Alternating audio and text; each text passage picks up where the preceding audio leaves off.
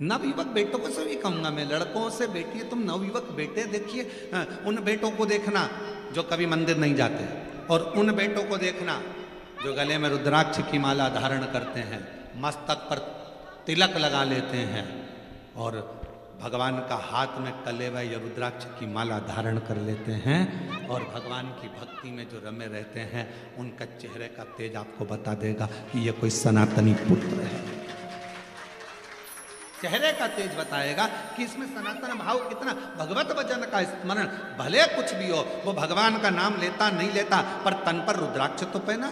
शिव महापुराण के वायव्य संहिता के अंतर्गत, उमाखंड के अंतर्गत, शिव महापुराण के कौमार खंड के अंतर्गत सब में एक बात मिलती है, अगर मनुष्य भगवान का भजन भी ना करता हो, मंदिर तक भी ना जाता हो, स्मरण भी ना करता हो, शिव नाम मुख से निकलता भी नहीं हो, तो भी उसके शरीर पर अगर रुद्राक्ष पड़ा है तो समझ लेना उस पर शंकर की दृष्टि पड़ी, शिव की दृष्टि, क्योंकि उसका रुद्राक्ष पड़ा है।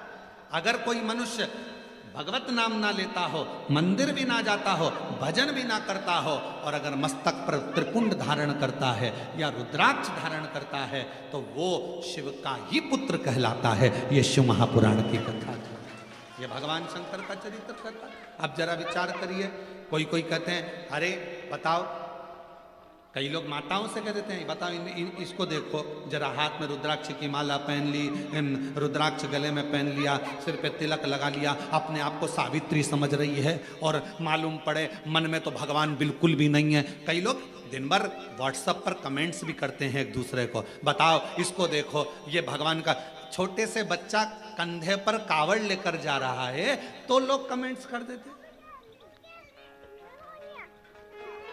और कमेंट्स करने वाले कोई दूसरे नहीं होते, अपने ही होते हैं। छोटा सा बच्चा कावड़ लेकर चला तो लोग कह देंगे बताओ ये बनेगा क्या, ये ऐसा करेगा क्या, ये वैसा करेगा क्या। अरे उस बच्चे को धन्यवाद दो, तुम्हारी औलाद से अच्छा है, कम से कम सनातन धर्म की ध्वजा को तो आगे लेकर चल रहा है। जिनका बाप दिन भर बैठकर मोबाइल पर कमेंट्स करता है, गलत गलत विचार लिखता है, तो उसकी औलाद भी ऐसी ही पैदा होती है। कम से कम एक सनातनी कंधे पर कावड़ लेकर, एक सनातनी कंधे पर कावड़ धारण कर कर, एक छोटा सा बच्चा कंधे पर कावड़ धारण कर कर चल तो रहा है, और दुनिया के लोग उसको कह रहे ये कोई डॉक्टर बनेगा, ये इंजीनियर बनेगा। अरे भारत की भूमि का गौरव रहा है, अंतरिक्ष पर पहुंचने वाला भी एक सनातनी अपने मस्तक पर तिलक धारण कर कर जाता है। उस बच्चों को देखकर जो भगवत भजन कर रहे हैं, कई लड़के, कई बेटे रुद्राक्ष धारण करते हैं, माला पहनते हैं, कई लोग तिलक लगाते हैं, कई लोग त्रिपुंड लगाते हैं, कई लोग जटा धारण कर लेते हैं।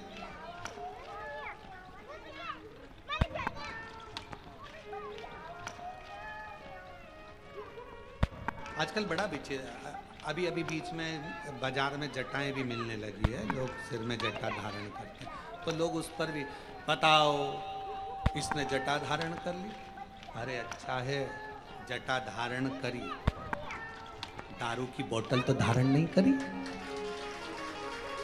अच्छा करा है ना उसने, गलत तो नहीं करा, त्रिपुंड लगाया गलत तो नहीं करा, भगवा वस्त्र धारण करे गलत तो नहीं करा, प्रेरणा ही दे रहा है ना वो लड़का। अगर कोई बेटी अपने भगवा वस्त्र धारण करती है, मस्तक पर तिलक लगा लेती है, चंदन धारण कर ली, तो उसने गलत क्या करा, कोई गलत तो नहीं करा। केवल पांव खींचना, केवल गलत शब्द कहना, केवल अपशब्द कहना। और मेरा बेटा बेटियों से निवेदन है, आपको कॉलेज से फुर्सत नहीं मिलती, आपको स्कूल से फुर्सत नहीं मिलती, आपको सर्विस से फुर्सत नहीं मिलती, आपको नौकरी से फुर्सत नहीं मिलती, टेंशन मत लो। आप अगर मस्तक पर चंदन, तिलक, भस्म कुछ भी धारण करते हो और अपने गले में अगर रुद्राक्ष धारण करते हो, आप मंदिर नहीं भी गए, शिव नाम नहीं भी लिया, तो भी मेरे शंकर के बेटे ही कहलाओगे, बेटी ही कहलाओगे, पुत्र और पुत्री ही कहलाओगे, आप शिव के बेटे ही कहलाओगे, शिव की दृष्टि रहेगी। टिटहरी देखिए, टिटहरी, अब यहाँ क्या बोलते हैं हमको नहीं मालूम, एक पक्षी होता है टिटहरी, वह अपने बच्चे को अंडे को दे देता है जमीन में, अंडा देकर फिर ऊपर ही घूमता रहता है और आवाज करता है टिटहरी। जैसे ही तुम्हारी गाड़ी गई ना वैसे उसने आवाज करना प्रारंभ करा। जैसे कोई निकल कर गया ना टिटहरी आवाज करना प्रारंभ करता है। वो टिटहरी पक्षी बच्चे को जन्म देती है, पृथ्वी पर उड़ती है ऊपर, ध्यान रखती है। मछली अपने बच्चे को जन्म देती है, अंडे के पास मछली कभी नहीं जाती, केवल अपनी दृष्टि से देखती रहती है और अंडा पक जाता है, बच्चा पैदा हो जाता है। टिटहरी अपने शब्द से बच्चे को पैदा कर देती है, जन्म दे देती है। उस बच्चे को, अंडे को, बच्चे को पोषित करती है केवल देखकर, केवल देखने पर। और शिव महापुराण की कथा कहती है, आपके गले में अगर रुद्राक्ष पड़ा है, मस्तक पर यदि तिलक लगा है, तो मेरा शंकर भगवान भी आपको देख देख कर, जैसे टिटहरी अपने बच्चे को अच्छा कर देती है, मछली देखकर अपने बच्चे को अच्छा कर देती है, मेरा शंकर भगवान आपके गले में रुद्राक्ष है, मस्तक पर तिलक है। मेरी बेटा बेटियां, जितनी मेरी जीजियां, जितने मेरे जीजा, कोई तुमसे कहे महिला को रुद्राक्ष नहीं पहनना चाहिए, उससे पूछ लेना कहाँ लिखा। कोई तुमसे कहे महिला को शंकर की आराधना नहीं करना चाहिए, उससे पूछ लेना कहाँ लिखा। क्योंकि शिव महापुराण में एक एक चीज लिखी है कि माता हो, मनुष्य हो, गंधर्व हो, किन्नर हो, अप्सरा हो, गंधर्व हो, चाहे पशु हो, पक्षी हो, नाग हो, कोई भी हो, पितर हो, सबको शंकर भगवान के पूजन का अधिकार भगवान शंकर ने दिया। ब्राह्मण हो, क्षत्रिय हो, वैश्य हो, शूद्र हो, कोई भी हो, शंकर भगवान के पूजन का अधिकार शंकर भगवान ने सबको दिया। कोई ऐसा बच्चा ही नहीं जिसको अधिकार शिव ने नहीं दिया।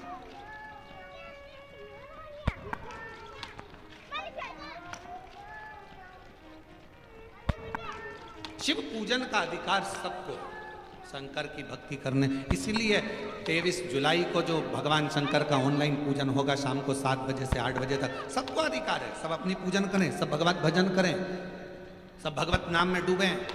1 घंटा शाम को 7 बजे से 8 बजे तक अपने पार्थिव शिवलिंग का निर्माण कर कर भगवान की अविरल भक्ति को धारण करो कि मेरे घर में मेरा कुबेरेश्वर महादेव आया, मेरा शिव आया।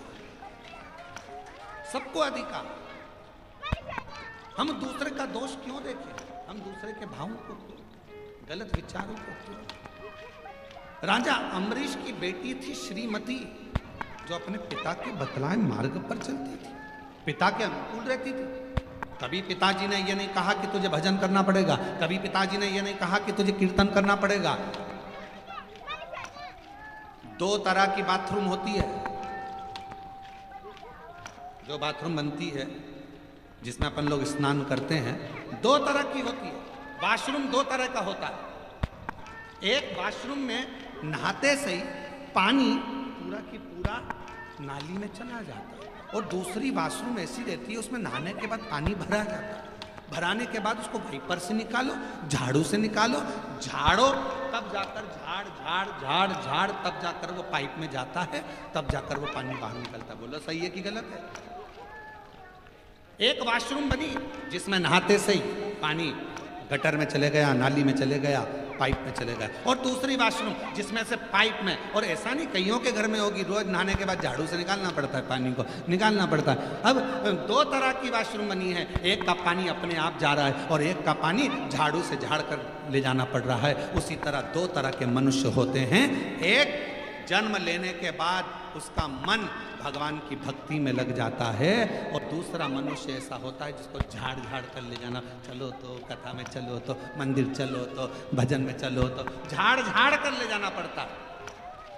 पर कितना भी ले जाओ, थोड़ा देर झाड़ोगे फिर वो पानी वहीं की वहीं बाथरूम में फिर अड़ गया, फिर फंस गया, फिर निकालो झाड़ू से। ऐसे 2 तरह के लोग हैं। एक का मन सीधे कथा सुनी और मन लग गया पशुपति व्रत करूंगी मम्मी, एक का मन लग गया मैं मंदिर जाना चालू करूंगा, मुझे मंदिर जाना है, मन लग गया शिव जी का श्रृंगार करूंगा। एक का मन अपने आप लग जाता है और दूसरे का मन लगाना पड़ता है, चल चल चल चल।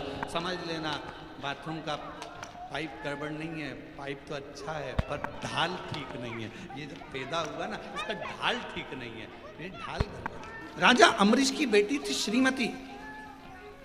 कोई ने नहीं कहा कि तू भजन करना, कोई ने नहीं कहा कि तू कीर्तन करना, कोई नहीं बोला कि तू भगवत नाम लेना, फिर भी श्रीमती भगवान की भक्ति में डूबी रहती थी, क्योंकि पिता के संस्कार थे उसके अंदर, पिता जैसा कहते पिता के संस्कार उसके अंदर थे, वो पिता के संस्कारों में ढलती चली गई और बढ़ती चली गई। समय आया, एक बार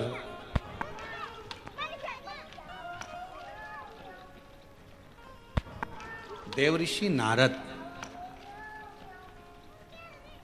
और देवऋषि नारद के भांजे पर्वत मुनि दोनों भ्रमण करते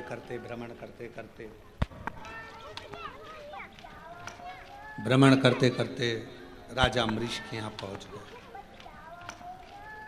और राजा अम्बरीश के यहाँ पहुंचे, राजा अम्बरीश के घर पर जब पहुंचे, बैठे,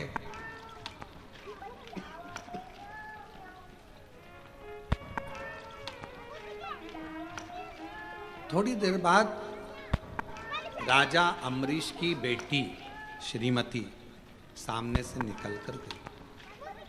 बड़ी सुंदर थी, बड़ी अलौकिक छटा थी उसकी। अभी आपको कहा कि ये स्पीकर नहीं चल रहे रे, ये दोनों, बड़ी अलौकिक छटा थी उसकी। अभी आपको कहा कि भजन का जो बल होता है, भजन का जो क्रम होता है, भजन का जो स्मरण होता है, वह अपने आप में सुंदरता देता चले जाता है अपने। फिर वही बात है, ये चमक ये दमक फुलवन में महक सब कुछ सरकार, उसकी चमक से हम चमक, उसकी चमक।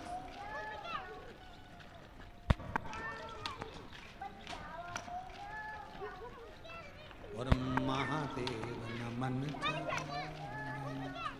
स्वीकार कीजिए, सबका किया है मेरा उद्धार कीजिए। हे त्रिपुंडधारी, हे त्रिशूलधारी, हे त्रिपुंडधारी, हे त्रिशूल, चरणों में तेरे बाबा जी पावन है चारों धाम।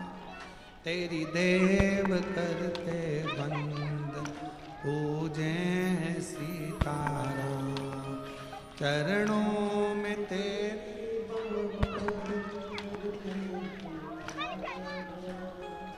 तेरी देव करते वंदना पूजे हैं सीताराम।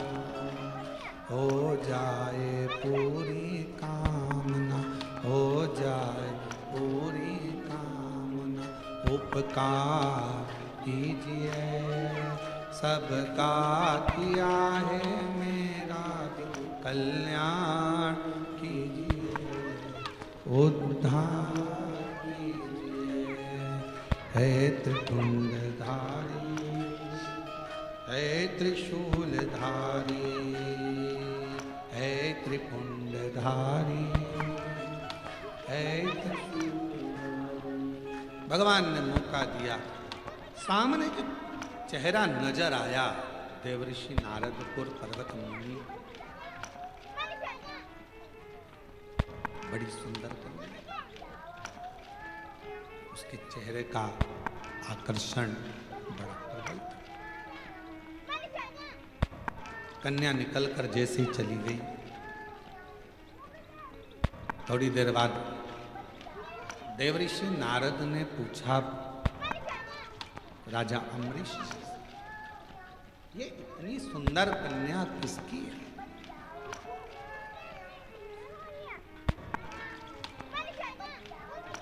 इतनी सुंदर कन्या ये है किसकी? कहा, महाराज ये मेरी पुत्री, मेरी बेटी, मेरी पुत्री, ये मेरी बेटी है, मेरी पुत्री। ठीक है। अब जैसे ही सुना कि ये मेरी पुत्री है, ये मेरी बेटी है, नारद जी ने, पर्वत मुनि ने, दोनों ने सुन लिया कि ये राजा अम्बरीश की बेटी है, राजा अम्बरीश की पुत्री है। सुन लिया। कुछ देर के बाद देवऋषि नारद ने राजा अम्बरीश को एकांत में ले जाकर थोड़ी चर्चा कर, थोड़ी बात कर। राजा अम्बरीश जी ने पूछा, महाराज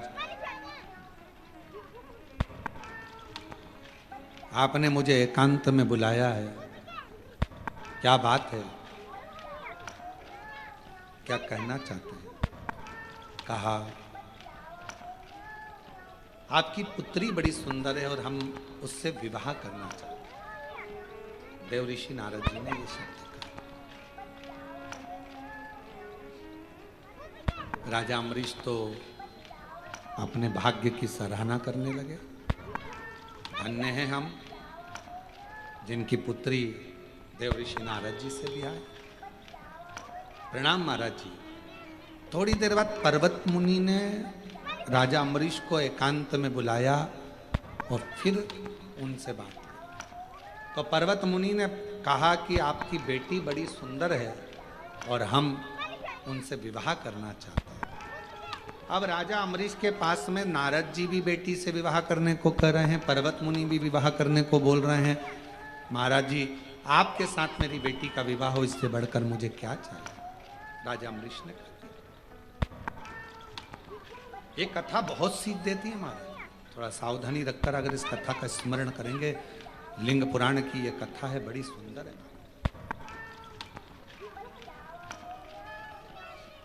लिंग पुराण का यह पवित्र चरित्र है और लिंग पुराण के अध्याय नंबर 5 में पृष्ठ संख्या 586 में आप इसको पढ़ सकते हैं।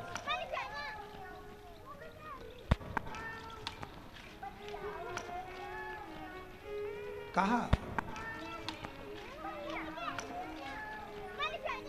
राजा अम्बरीश ने भगवान देवऋषि नारद और भगवान पर्वत मुनि दोनों को बिठाकर हाथ जोड़कर कहा, बेटी एक है, आप दोनों ही विवाह करना चाहते हो।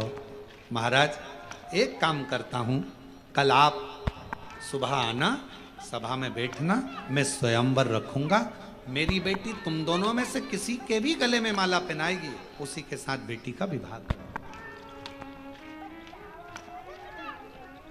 अब दो ऑप्शंस थे ना उनके पास में, तो और दोनों मुनि हैं, एक देवऋषि नारद है तो दूसरा पर्वत मुनि है। दोनों तपस्वी हैं, दोनों साधक हैं, दोनों उपासक हैं।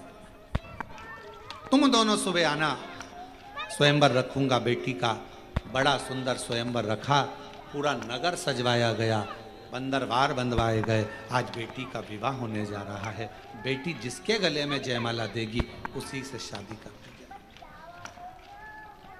जैसे ही कल होने वाला था, एक दिन पहले ही देवऋषि नारद भगवान विष्णु जी के पास में पहुंच गए और भगवान नारायण के पास में जैसे ही गए, भगवान नारायण से जाकर विनय करा। भगवान नारायण ने देखा देवऋषि नारद आए, प्रणाम किया, आओ साहब बैठो। नारद जी कहने लगे, मैं बैठने नहीं आया हूं, बस मेरा कल्याण कर दो।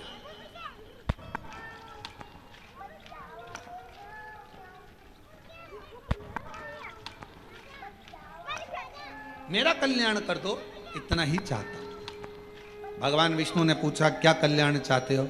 अब शब्द आया है आप और हम सब के लिए, इस कथा में आई है अपनी बात। क्या कल्याण चाहते हो? तो नारद जी ने कहा, मेरा कल्याण बस इतना है, राजा अम्बरीश की लड़की श्रीमती से मैं शादी करना चाहता हूं। आप इतनी कृपा कर दो कि पर्वत मुनि है ना, उसका मुख बंदर का बना दो। और श्रावण के महीने की ऑनलाइन चल रही शिव महापुराण की कथा में आज की कथा को बहुत सावधानी से लेना। देवऋषि नारद भगवान विष्णु जी के सामने खड़े हैं। चाहते तो ये कहते कि राजा अम्बरीश की बेटी मेरे गले में जयमाला पिनाए, ऐसी कृपा कर दो और मेरी शादी राजा अम्बरीश की बेटी श्रीमती से करा दो। पर मांग क्या रहे? मैं राजा अम्बरीश की बेटी से शादी करना चाहता हूं, श्रीमती से, बड़ी सुंदर है। आप एक काम कर दो, पर्वत मुनि को बंदर का। अब ईमानदारी से बोलो, खड्डा दूसरे के लिए खोदोगे तो उसमें सबसे पहले कौन गिरेगा? जिसने खोदा है वही। आप दूसरे के लिए गलत मांगोगे तो आपका ही बुरा होना। आप जितना दूसरे के लिए गलत सोचोगे, गलत विचार करोगे, गलत धारणा बनाओगे, गलत बात लेकर आओगे। कई लोग दिन भर बैठकर अंदर अंदर उड़ते रहते हैं, बताओ बताओ कितनी आगे बढ़ गई, कितनी फैक्ट्री, कितनी दुकान, इसके तो बच्चे भी इसके कहने में चलते हैं। दिन भर कोसे, इसके यहाँ ऐसा हो जाए, इसका ऐसा हो जाए, इसका वैसा हो जाए। और मालूम पड़े उतना उतना जितना दूसरे को कोसती है उतना ही बुरा खुद का होते चले जाता है, और वो और उन्नति करती चली जाती है, वो और आगे बढ़ रहा है। जिसके लिए तुम गलत सोच रहे हो, जिसके लिए तुम गलत विचार कर रहे हो, वो और आगे बढ़ते चले जा रहा है, और आगे चलते चली जा रही है, उसका और भला होते चले जा रहा है। तुम जितना जितना कोसोगे व्यक्ति उतना। अब यहाँ लिंग पुराण का ये चरित्र कह रहा है, देवऋषि नारद का, राजा अम्बरीश का चरित्र कह रहा है। भगवान विष्णु के सामने खड़े थे, नारायण के सामने खड़े थे, चाहते तो दुनिया का सारा ठाट मांग सकते।